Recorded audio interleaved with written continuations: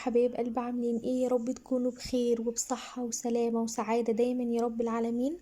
النهاردة الفيديو بتاعنا مختلف تماما، تحفة تبارك الله، وحاجات بسيطة وسهلة ان شاء الله يعجبكم وتقدروا تعملوه بكل سهولة.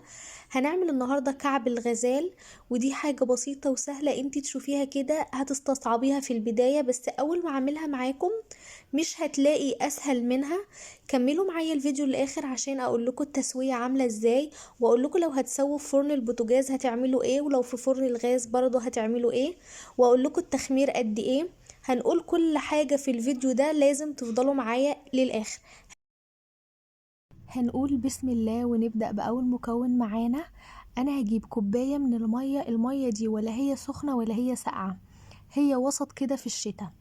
هنعمل ايه؟ هنحط كوباية المية دي وهنحط معلقة وربع من الخميرة، يعني كيس خميرة كده وشوية صغيرين، ربع معلقة كمان. هنعمل ايه؟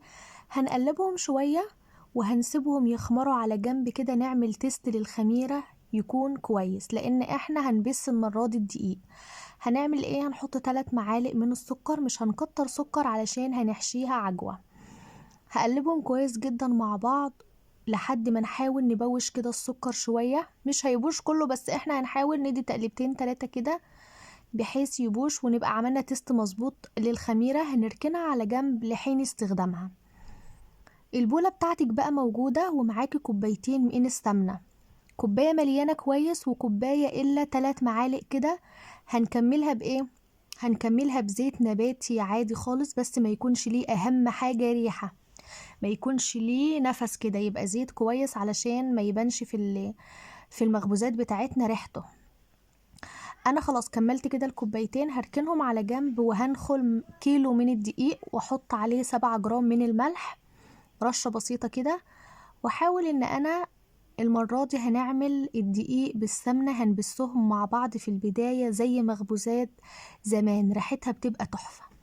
هفرغ مكان كده في النص واحاول ان انا افضي الكوبايتين. السمنة بتاعتنا سخنة علشان ما تكتلش في الدقيق وتعمل وتخرز معايا كده وتعمل كتل. سخنة ازاي؟ اولا مش هنغليها على النار خالص علشان ما تمسكش في بعضها. لو احنا في الشتاء هندفيها على النار، يعني ما نسيبهاش لحد ما تغلى ولونها يغمق، لا، هنسيبها كده تفك خالص، واول ما تحس ان هي سخنت معاكي صبعك لو هتلمسيه في السمنة ما تقدريش، بس يا دوب تتحمليه كده، هتشيليها على طول وتبدأي تحطيها في الدقيق علشان نبسوا مع بعض. لو في الصيف هنحطها بس ثانية واحدة كده تفك مع بعضها ونرجع نستخدمها. طبعا بما اننا في الشتاء لو احنا نزلناها بس كده على طول هتجمد معانا ونيجي نبس الدقيق مع بعض مش هينفع. هنضف الاسباتولا كده وهبدأ ان انا استخدم ايدي بقى علشان احس الدقيق واشوف المكان اللي ينفع ان انا اجيبه من تحت ما يكونش فيه دقيق. عايزه اقول لكم ان انتوا لما تيجوا تحطوا كيلو الدقيق لازم تحطوه في بوله اكبر من دي، لان دي بصراحه كانت ضيقه وما اخدتش راحتي، بس رجعت في الاخر وفضيتها. انا بوريكم خطوه خطوه. هنحاول ان احنا نبس الدقيق كله يندمج مع بعضه بالشكل ده. انا مش راضيه افصل الفيديو، بسيب كل حته اوريها لكم علشان الناس المبتدئه جديد تبقى عارفه انا بعمل ايه. معلش لو طولت معاكم في الفيديو شويه. الخميرة بتاعتنا طبعا بقت كويسة جدا، سبتها شوية عملت تيست ليها، زادت الفقاعات بتاعتها بقت على الوش كويسة جدا.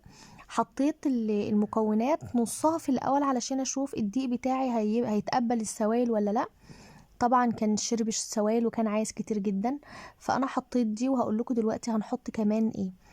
هعجن فيها كده، هي في البداية هتبقى مفرولة معايا زي ما انتوا شايفين، طبعا عادي خالص. هنبدأ ان احنا نعجن، هتتعجن معانا بكل سهولة، هتمتص السوائل كلها وهتبقى كويسة جدا. انا جبت الطبق طبعا الواسع لان انا ما اخدتش راحتي خالص، حسيت ان هي من تحت فيها دقيق، فهبدأ زي ما احنا شايفين اعجنها خالص. وكل مرة بنختبر العجينة كده بنشوفها بتتقطع ولا ايه. معايا كوباية من اللبن، كوباية اللبن دي دافية مش ساقعة، لازم تكون دافية علشان احنا في فصل الشتاء. اول ما بحطها بيطرى معايا وبيبقى كله، تحس ان انت ايه، حطيتي كتير. لا طبعا بتفضلي تعجني في البداية كده بيبقى طري معاكي، وبعد كده بيشد خالص وبيحتاج سوائل كتير، علشان احنا مش عاجنينه بمية، احنا عاجنينه وبسينه بالسمنة، فهيحتاج سوائل. احتاج قد ايه؟ احتاج كوباية من اللبن زي ما احنا شايفين. انا عجنتها كويس جدا، بقت طرية وملمسها جميل قوي.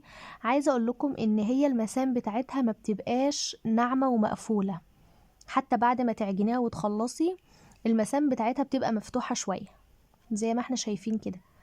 السطح بتاعها مش املس خالص. هقول لكم هنعمل ايه بقى فيها علشان السطح بتاعها يبقى كويس خالص، بس طرية جدا سهلة التشكيل ملهاش عرق. هتقولي لي ينفع نستخدم دقيق ملهوش عرق؟ هقولك لا طبعا ما ينفعش يكون ملهوش عرق، لان لو ملوش عرق هتيجي تحط السوائل مش هيتقبل وهيسيح منك، وطبعا ده مش مقبول في الوصفة خالص. اللبن لو مش موجود ينفع نعجن بمية، ينفع نعجن بمية بالتدريج عادي خالص لو مش موجود. لو عايزاها ناشفة شوية بلاش تحطي كوبايتين من السمنة، حطي كوباية سمنة وحطي كوباية زيت، مفيش اي مشكلة. المتوفر عندك تقدري تعمليه، بس هتبقى ناشفة شوية. دي عجوة، انا جبت كده اخدت قطعة من العجوة ومعاها معلقة من السمنة، وهبدأ ان انا اعجن فيهم كويس جدا لحد ما يندمجوا مع بعض ويبقوا كويسين. لو انت حابة ان انت تحطي في الوصفة دي مع العجوة حبهان مطحون، حط شوية حبهان مطحون. لو عايزة تحط سمسم حط سمسم. انا اكتفيت بس علشان الوصفة ما تبقاش فيها حاجات كتير، اكتفيت ان انا اخلي العجوة زي ما انتوا شايفين كده لوحدها، لان هحط سمسم عليها من بره. خلاص انا كنت عجنتها. هنعمل ايه بقى؟ هنبدأ ان احنا نفردها مع بعض كويس جدا. اي كيس نايلون موجود عندك هتفرديه كده بالشكل ده. اخدت قطعة من العجوة وهبدأ ان انا طبعا احنا في فصل الشتاء فبتبقى جامدة، يعني بتجمد معايا على طول حتى لو انا فكيتها كويس جدا. هعمل ايه؟ هحط كمان كيس، نفس الكيس اللي حطيته كده وفردته على طول، وهبدأ ان انا بالنشابة بتاعتي افردها، اخليها رقيقة جدا. احاول على قد ما اقدر يبقى شكلها مربع. لو ما جاتش معاكي مربع او مستطيلة هتبدأي ان انت تفردي كمان قطعة وتلزقيهم وتظبطيهم مع بعض كويس جدا. كنت بفردها، ما تخليش مكان عالي ومكان يكون زايد شوية اقل شوية، فلازم يكونوا قد بعض. بايدك كده، ايدك هتحس المكان وهتبدأي ان انت تفرديها وتشوفي لو في مكان عالي شوية بتبدأي تفرديه كويس بالنشابة. علشان ما اطولش عليكم، انا هنا فردتها خالص، خليتها على قد ما اقدر شكل مستطيل. هركنها بقى على جنب لحين استخدامها. وهنا خلاص كنت سبت العجينة لمدة تلت ساعة. هنحاول ان احنا ناخد قطعة بقطعة، بس لو عايزة تاخديها على طول بايدك كده، بس انا بحاول علشان ما بوظش شكلها وتبقى معايا مستطيلة على طول. هاخد قطعة كده وابدأ ان انا افردها برضو على الشكل المستطيل نفس شكل العجوة بالظبط، علشان لما اشيلها احطها عليها تبقى مظبوطة بالنشابة بقى. وهبدأ ان انا افردها على شكل مستطيل. لازم تخليها كلها مستوى واحد، يعني ميتها كلها تبقى واحدة، بلاش يبقى مكان عالي ومكان اقل شوية هادي شوية. فلازم ان انتي تظبطيها كلها قد بعضها. حاولت اظبطها علشان حاسه ان انا طولت عليكم قوي. حاولت ان انا اظبطها واخليها مستطيله كده علشان اجيب العجوه احطها عليها.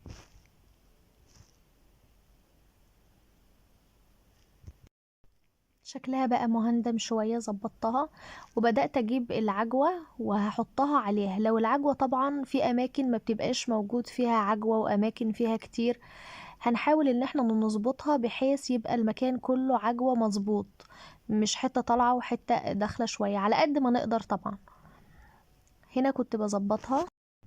هبدأ بقى ألفها كده معاكم. أول حاجة الجزء الأولاني لازم نلفه كويس جدا علشان ما يفتحش مننا وإحنا بنلف وبنبرمها كده. هنلفها كويس، بسيطة جدا طبعا في اللف بالشكل ده. ونبدأ ان احنا نقفل الجزء المفتوح اللي احنا قفلناه في الآخر ده. هحاول ان انا اقفله وارولها شوية بحيث ان هي تبقى رفيعة شوية وتدي طول معايا اكتر. طبعا المفرش كان مزهقني بس ما نركزش معاه عادي. هبدأ ان انا بقى اقفل الجزء ده خلاص كده، الفها كمان لفتين وابدأ بالتشكيل والتقطيع.